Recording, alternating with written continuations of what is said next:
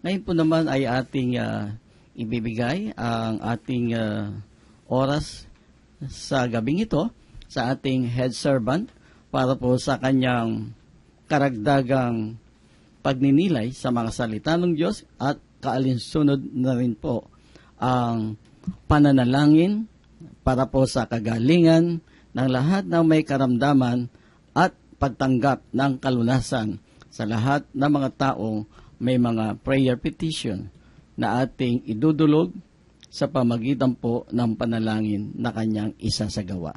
Sister Sally? Muli po ay magandang gabi sa inyo mga kapatid.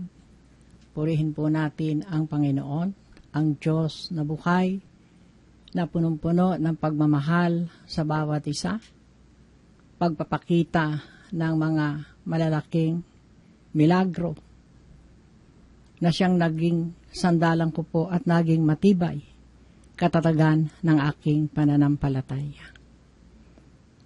Ang aking pong ibabahagi ay ayon sa sulat ni San Marcos, Kabanata 5, Talata 21. Ito po yung nagbigay sa akin ng kalakasan, katatagan, nagbigay sa akin ng inspirasyon. Kaya sa loob ng 27 taon ay tuloy-tuloy po akong tumugon sa kanyang panawagan. Ang sabi po doon sa Kabanata 5, Talata 21, binuhay ang anak ni Jairo at pinagaling ang isang babae. Muling tumawid si Jesus sa ibayo. Nasa baybay pa siya ng lawa, ay pinagkalipumpunan na siya ng maraming tao. Dumating ang isang lalaking nagngangalang Jairo, isang tagapamahala ng sinagoga. Pagkakita kay Jesus, siya'y nagpatirapa sa kanyang paanan at ang samoy, agaw buhay po ang aking anak. Nadalagita, kung maaari, sumama kayo sa akin at ipatong ninyo sa kanya ang inyong kamay upang siya'y gumaling at mabuhay. Sumama naman si Jesus at sinundan siya ng napakaraming tao. Nagsisiksikan, ano pat halos maipit na siya. May isang babae roon na 12 taon ng dinudugo at lubhang nahihirapan. Marami ng manggagamot ang tumingin sa kanya at naubos na sa kapapagpagamot ang kanyang ari-arian, ngunit hindi siya napabuti. Kahit kaunti, bagkos ay lalong lumubha. Narinig niya ang sinabi ng mga tao tungkol kay Jesus. Kaya't nakipagsiksikan siya hanggang siya'y makalapit sa likuran ni Jesus. Hinipo niya ang damit nito, sapagkat sinabi niya sa sarili, mahipo ko lang ang kanyang damit, ay gagaling na ako.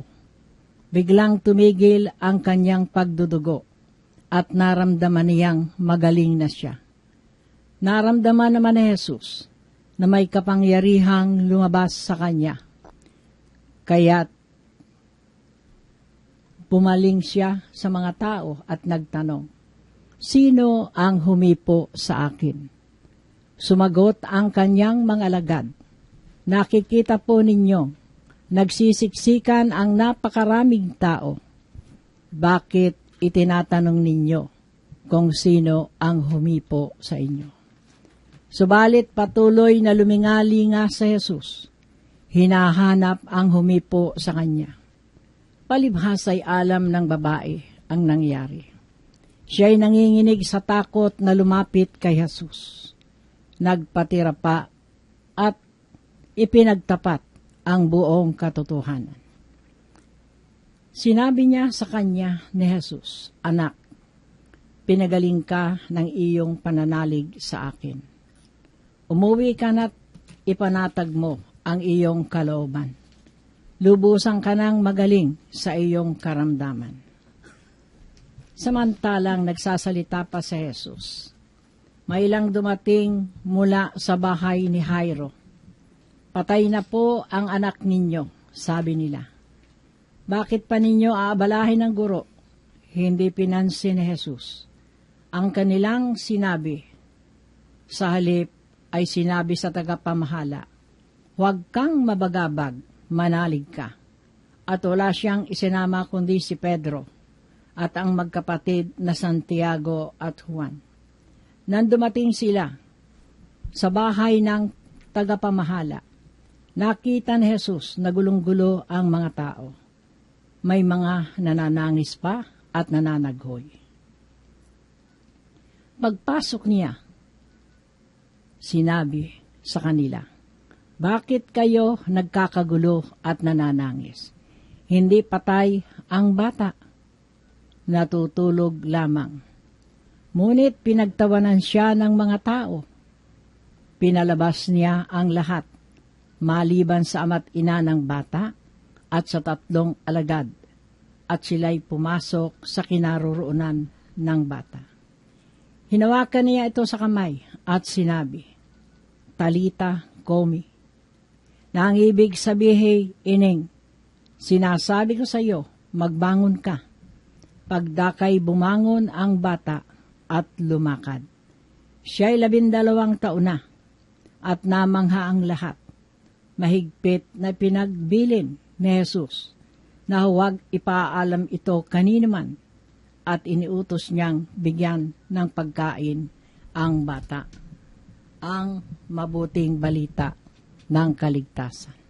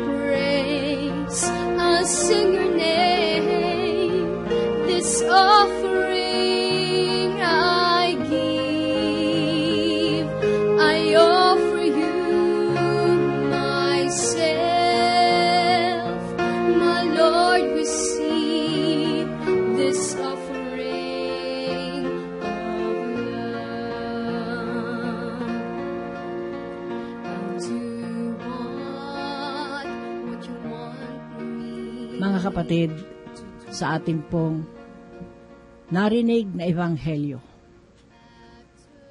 kung paano ang isang patay na buhay. Kagaya po ng binanggit ko kanina, itong ebanghelyong ito ang nagbigay sa akin ng malaking pananalig at pagtitiwala. Nasimula nang ako'y tawagin ng ating Panginoon, ay wala po akong tigil sa pagtugon sa kanyang panawagan. Maliwanag po ang paglalarawan doon. Doon sa unang bahagi, isang babae na dinudugo, naubos ang lahat ng kanyang kayamanan sa pagpapagamot, subalit hindi nakatanggap ng kagalingan. Nang marinig nila sa tao ang tungkol kay Jesus, ang sabi do'y nakipagsiksikan siya. Nanalig at nanampalataya na mahipulang ang laylayan ng damit ng Panginoon ay siya'y gagaling. Sa laki ng kanyang pananalig at pagtitiwala, dagling, gumaling ang babaeng dinudugo. Mga kapatid, tandaan po natin, Ang nagpapagaling sa mga may karamdaman ay ang iyong pananalig at pagtitiwala sa Diyos. Buhay po ang Diyos, huwag ka lang mag-alinlangan. Ano man ang hingin mo, ang sabi ng Panginoon, ito'y aking ibibigay. Lalo't higit kung sinusunod mo ang aking utos at isinasabuhay ang mabuting balita. Kung kaya nga, mga kapatid, sa larawan na pinakita sa atin sa Ebanghelyo ni San Marcos, lalo't higit yung tungkol sa anak ni Jairo. Totoo po, mga kapatid, na ang isang patay pagnanalig at nagtiwala at kalooban ng Diyos, ang isang patay ay pwedeng mabuhay. Nasaksihan ko po ang bagay na ito nung ako po ay ma-assign sa pinanggalingan kong community na mayroon pong evangelization. Nasa isang silid po ang mga elder at itong gospel na ito ang pinagninilay, ang pagbuhay sa anak ni Jairo. Habang binabasa po ito ng isa nating kapatid, lahat po ng elder ay nakataas ang kamay, nakapikit, dahil ang nais ng magulang, bago man lang ilagay sa taol yung kanyang anak, ay mabasbasan ng mga charismatic dahil malayo sila sa simbahan. Sa patuloy pong pagbasa sa gospel, habang nakataas ang aming mga kamay, may humila po sa aking kamay, idinaiti sa ulo ng bata. Ang naramdaman ko po'y malamig dahil patay nga ang bata. Muli ko pong ipinikit ang aking mga mata, itinaas ang aking kamay. May humatak na naman, idinampi sa bata, at ang naramdaman ko po'y malamig. Doon ako natakot, mga kapatid. Sa naramdaman ko po, sa pangalawang pagpatong na mainit, ang naramdaman ko naman. Pagdilat ng kamay ko'y nakita ko pong may pumipintig na bagay doon sa bata. Sumigaw po ako ng malakas at ang sabi ko, brother, sisters, ang bata ay buhay. After 10 minutes, tumayo, humingi ng inumin. Tunay nga po, mga kapatid, ang Diyos ay napakabuti. Kung loloobin niya, ay pwedeng gawin niya ang lahat ng bagay. Walang imposible. Lahat ng bagay ay kayang gawin ng Diyos. Makalipas po ang 8 taon, bumalik po ako doon sa lugar ng pinangyarihan na ang isang batang patay ay nabuhay. May nakasalubong po akong bata, hindi na po bata, binata na. Nagmano po sa akin at ako'y nagulat. Sino ka ba, anak? Ako po, Sister Sally, ay yung patay na binuhay ni Lord. Wow, yan po ang aking sagot. Purihin ang Diyos, tunay na ang Diyos ay buhay at may kapangyarihan sa lahat ng bagay. Mga kapatid, wag lang po tayong mag-aalinlangan. Tandaan po natin at uulitin ko, ang nagpapagaling sa tao ay ang kanyang pananampalataya. Kung ikay may problema, balisa sa maraming bagay, hindi makatulog, maraming nararamdaman sa kanyang katawan. Kapatid, ipigit mo ang mata mo. Humingi ka ng tulong sa Diyos. Hingin mo kung ano ang mali mong ginawa, nagawang kasalanan. Pagsisihan mo, humingi ng tawad, at hingin mo ang kagalingan sa iyong karamdaman, katiyakan, sa iyong pananalig, sa iyong pananampalataya. Kagaya ng anak ni Jairo, nanalig at nanampalataya ang ama, na yung kanyang anak ay kayang buhayin ni Jesus. at ito po ay nagkaroon ng kaganapan. Sa buhay natin, lahat tayo may alalahanin sa buhay. Lahat tayo may problema. Lahat tayo'y maraming pagkukulang sa ating Panginoon. Maliwanag po ang panawagan ng Diyos.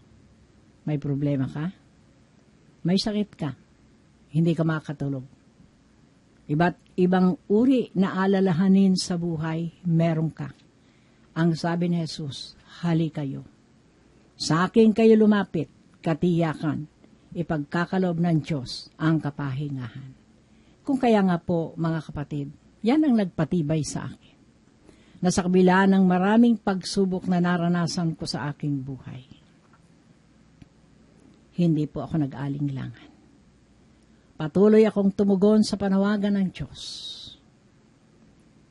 Bagamat ang naging daan ay kasakitan, pero ang ibinalik ni Lord ay yung nakilala ko siya. Nadama ko sa aking puso ang pagmamahal ni Jesus. At sa tuwing ako'y hihingit dudulog sa Kanya, hindi niya ako binibigo sa lahat ng aking hinihingi. Sapagat nanalig ako sa Kanyang salita, na kung malinis ang puso mo, sinusunod mo ang utos ng ating Panginoon, isinasabuhay ang mabuting balita, maliwanag po ang pagtuturo ng Diyos sa Kanyang banal na kasulatan. Ano man ang hingin mo, ito'y Kanyang ibibigay. Mga kapatid, alam kong bawat isa sa atin may problema, kundi man kasakitan, financial problem. Sa ating pong pananalangin, mga kapatid, hingin natin ang tulong ng Diyos. Huwag kang mag-alinlangan ibahagya na hindi ka pakikinggan ng ating Panginoon. Bagamat tayo makasalanan, ang sabi naman po sa banal na kasulatan, hindi pumunta dito ang Diyos para sa mga banal, kundi sa kagaya nating mga makasalanan. Isusuko po natin sa ating pananalangin ang lahat nating pagkukulang, at kung meron man tayong kahilingan, huwag mag-alinglangan, manalig, magtiwala, hindi ka bibiguin ng ating Panginoon sa iyong idudulog sa gabing ito.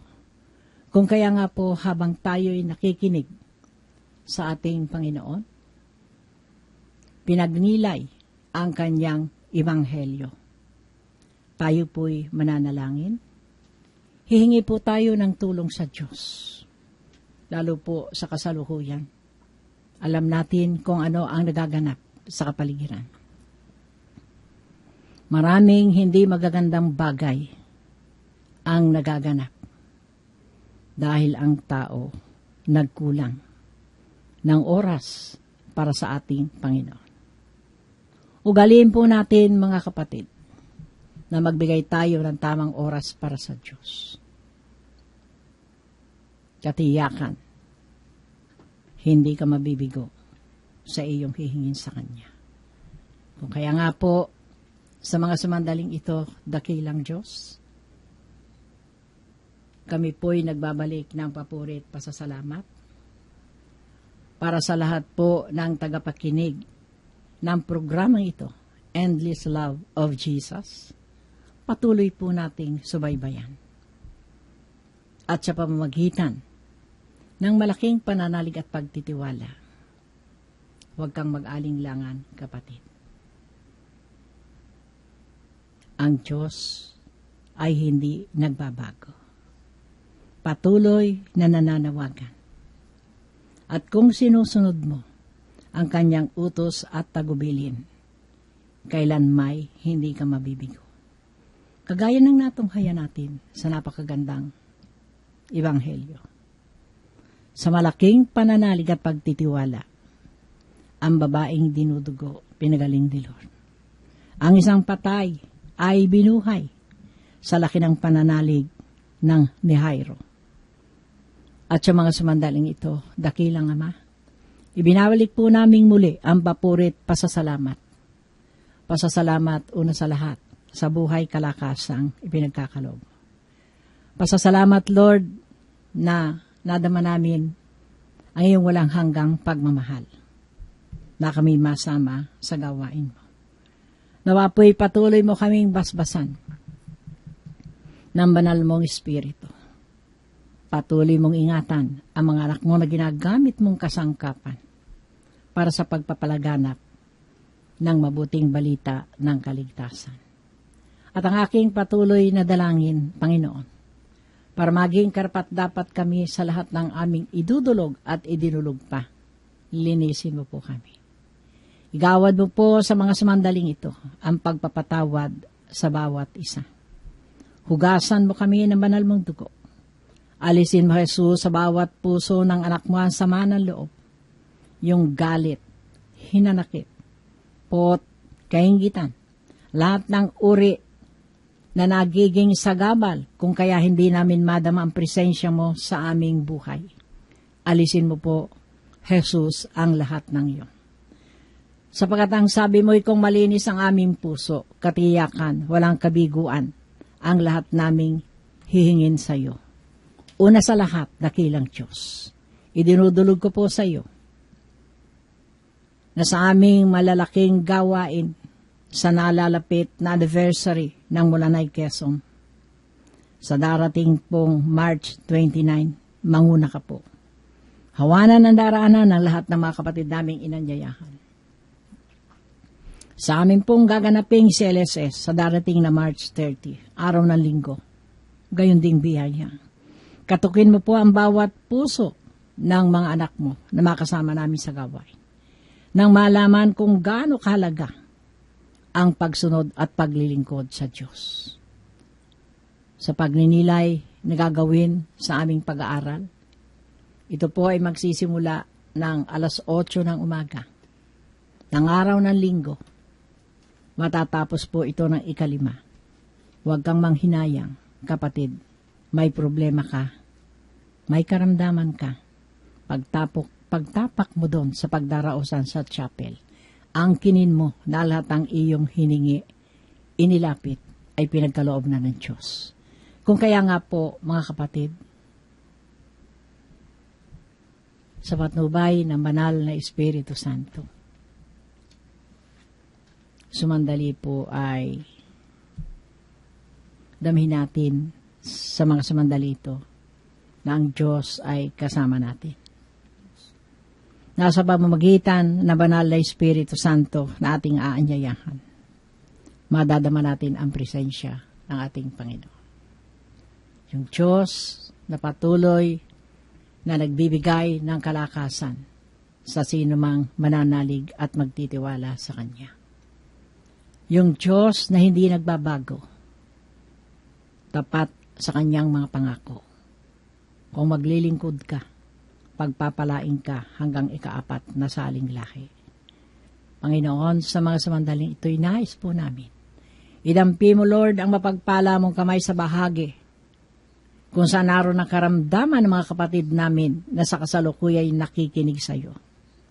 Nawa po, puspusin ng banal na Espiritu Santo ng kagalingan ang lahat ng may sakit mula taluktok ng aming ulo hanggang talampakan habang inaawit namin ang awiting ito. Come, Holy Spirit. Come, Holy Spirit, I need you. Come, Holy Spirit, I pray. Come with your strength and your power. Come with your own special way. Come like the spring in the desert. Come to the weary of soul. Lord, let your sweet healing power touch us and make us whole. Halina, Spirit, Espiritu Santo, kinakailangan kita. Sigla at lakas ng mahina, pag-asa ka naming lahat. Puri tayo sa Panginoon. Hallelujah. Hallelujah. Hallelujah. We praise you. We glorify you. Mighty name of Jesus. Hallelujah. Salamat po ng maraming. Salamat dakilang Diyos sa tinaangkin po namin ng lahat na tumugon sa iyong panganyaya sa gabing ito ay nakatanggap ng kagalingan. Ang sabi mo, Jesus, hindi pa man namin tinatanggap, ay pasalamatan na namin na ito'y pinagkaloob mo na. Kung kaya po, salamat ng marami. Magandang gabi po sa inyong lahat, mga kapatid, at nawa po ay magkita-kita tayo muli sa susunod na second Saturday ng buwan ng Abril. At maasa po ako at patuloy kong idadalangin sa ating Panginoon ang kagalingan ng lahat ng may karamdaman sa pangalan ni Jesus. Thank you, Lord. Thank you, Jesus. Amen. Salamat po, Panginoon. Ang narinig po nating pananalangin kanina na isinagawa ng ating kapatid ay tunay nagkakaroon po ito na magandang bunga sa pamagitan ng ating pananampalataya sa Diyos at sa ating Panginoon. Marami po mga pagkakataon na ipinakikita ng ating Panginoon na siya ay tunay na tumutugon, nagpapagaling, nagpapatawad at umuunawa sa lahat ng ating mga pangangailangan sa buhay. Ito marahil lang dahil kung bakit ipinahintulot ng ating Panginoon na tayo ay magkaroon ng isang programa na Endless Love of Jesus sa Himpapawid upang maiparating ang kabutihan at kadakilaan ng Diyos. Sa darating pong April 4, ang ating pong Love of Jesus Community ay magkakaroon at magdadaos ng ating pabasa na gaganapin po ito sa ating chapel na ating matatagpuan dito sa Love of Jesus, Unson Saballero Subdivision, Sitio Rabanso, Barangay Gulang-Gulang, Lucena City. At madali po natin itong matatagpuan pagkat ito po ay nasa harapan mismo ng Gulang-Gulang National High School. At sa darating pong Abril, 16 hanggang 20 ng taong kasalukuyan, ay meron po tayong taunang ginaganap na tinatawag po nating prayer, fasting, na doon din po gaganapin sa ating chapel. Sa lahat po ng mga kaibigan at mga kapatid nating tagapakinig dito sa station ng DWBM 103.9 ay inaanyayahan po namin na kayo po'y subukan muli natin ang kapangyarihan ng Diyos sa pamagitan ng pag-aalay ng nasabing prayer fasting sa darating na April 16. Kasama po natin ang mga kaibigan at mga kapatid natin sa iba't ibang dako ng Metro Manila na may darating din po yan sa bahagi ng Bulacan, Zambales at Batangas. Nasali rin po ay ating makakasalumuha at makakaisa sa nasabing pagtitipon. Napakabuti po ng ating Panginoon at sa gabing ito ay amin pong ipinararating ang aming maluwalhati na pagpupuri sa Diyos at ang pasasalamat sa lahat ng kabutihan ng Diyos na ibinibigay sa ating lahat na tagapakinig ng ating programa Endless Love of Jesus. Dito po sa ating paboritong DWBM 103.9 Spirit FM.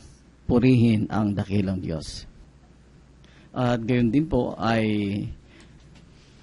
meron po tayong paanyaya rito sa mga kaibigan po natin sa darating na March 30. Araw ng linggo. Araw po ng linggo ay meron po tayong one-day Catholic Life in the Spirit Seminar. Dito rin po gaganapin sa ating chapel sa Love of Jesus Unson Saballero Subdivision. So, mangyari po na sa lahat po ng mga Kristiyano Katoliko na interesado na lalong lumalim at lumawak ang kanilang kaalaman at katatagan sa pananampalataya nating Katoliko, ay mangyari lang po na tayo ay dumalo, makiisa sa nasabing pag-aaral na ito. Ang lahat pong ito ay pamamaraan ng ating Diyos, bunga ng Kanyang pagmamahal sa ating lahat. Purihin ang Panginoon at maluwalhating gabi po sa bawat tagapakinig. Holy Spirit, I need you. Come, Holy Spirit, I pray. Come with your strength and your power. Come with your own special way.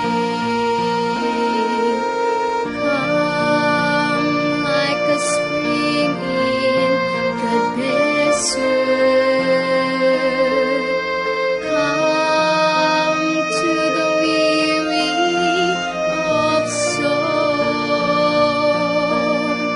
Lord, let your sweet healing power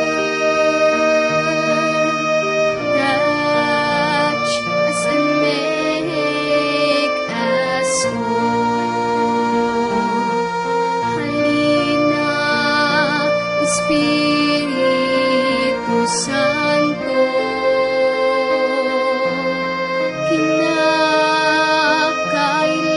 kinakailangan kita. Sigla